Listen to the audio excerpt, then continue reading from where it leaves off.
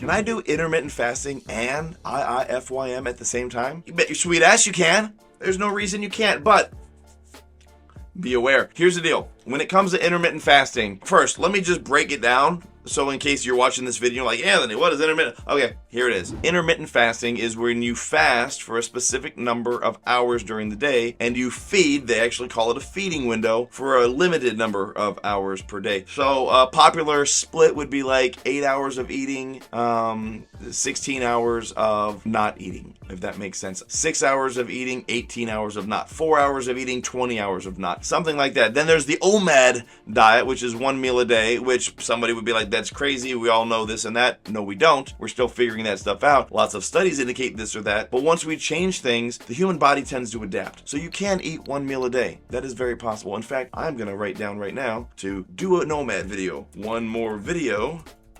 OMAD. So, as you're watching this, maybe you'll see it because I just got that idea now in the past and I'm sending it to the future to you right now. So, here's the deal. Intermittent fasting allows you to eat all of your calories and all of your daily macros in a very short period of time. I say short, that could be, again, anywhere between 4 to 8 hours. 6 is actually pretty common. So, that means you usually, typically, standard American diet schedule, you'll skip breakfast. Some people will have coffee with butter or coconut oil. That's a different, don't do that. Or do, if it fits your macros. But you'll break your fast if you're intermittent fasting. Also, branched chain amino acids, want to kind of avoid those, but I'm kind of getting off topic. So here's the deal. You'll skip breakfast, you'll skip lunch, and then you have your first meal during the fast break. You're going to break your fast with meal number 1, which could be lunch, could be dinner, could be dinner, something like that. If it were me, I get up at like 6 in the morning, sometimes earlier. Breakfast is at 8, skip it. Lunch is at noon or 1, skip it. And then my first meal might be around 4 o'clock. And then my last meal might be around 8 or 9 o'clock, give or take, right? And what happens is you have a hormone in your body called ghrelin that controls hunger and regulates certain things. And so after first you're going to be hungry.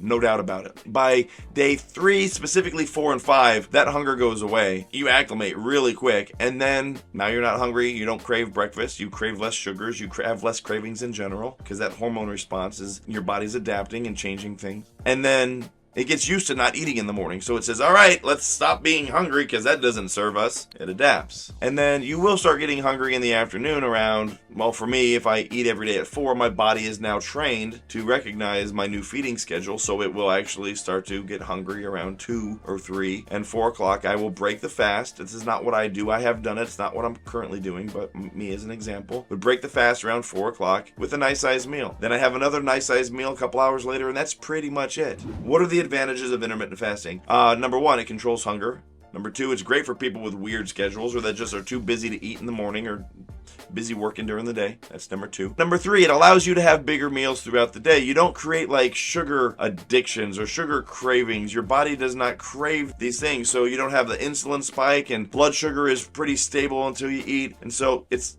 the opposite would be eating every 2 hours, right? Your body gets hungry, you get cranky. When you eat every 2 hours to attempt to rev up the metabolic furnace, which is baloney, you don't burn more calories by eating every 2 hours or 2.5 or 3 like people used to think. That's been debunked. So what'll happen is you'll eat 2 hours and then you'll eat and then about an hour and a half you're going to get hungry. And if you don't eat at 2 or 3 hours, man, you will get cranky because your body has been trained to get that sugar nonstop, to get those nutrients nonstop. And so that ghrelin response changes, your body adapts, and all of a sudden it's like time to eat, time to eat, time to eat. It's painful. So people switch over to intermittent fasting because your body adapts and then those cravings and that hunger goes away, and so does the moodiness. And now you get to eat 2 really big meals. If you're only eating 1,800 calories or 1,400 calories, you get to eat all those calories in 2 big meals, and there's something comforting about that. You're satiated, you're full, it's nice to eat big meals, and you don't have to eat like big bowls of like rice cakes and cabbage, right? Like big bowls of vegetables. You get to eat your normal meals and hit your macros. That's where intermittent fasting shines. But if you don't hit your macros, if you don't track your macros, don't track your calories, and I'm just gonna eat 2 meals a day, you'll still get fat if you go over your calories. That's how it works. It's not an excuse, or it doesn't defy the law of physics or thermogenesis. It doesn't do anything special in terms of allowing you to eat more. You still have to track your macros. You don't get away with not tracking macros. And I would argue it's even more important to track your macros because it's really easy to go over on your food when you're only eating 2 meals a day. You got to weigh everything out and be precise. That way you don't start backpedaling. And that's what usually happens. People are like, I can cut carbs and eat as much as I want. Ketogenic diet. I could just eat what my caveman ancestors ate and eat as much as I want. Paleo diet. I can track points and eat as much fruit as I want. Weight Watchers. Well, it's no different with intermittent fasting. When you think, oh, all I have to do is eat 2 meals a day and I can eat whatever I want.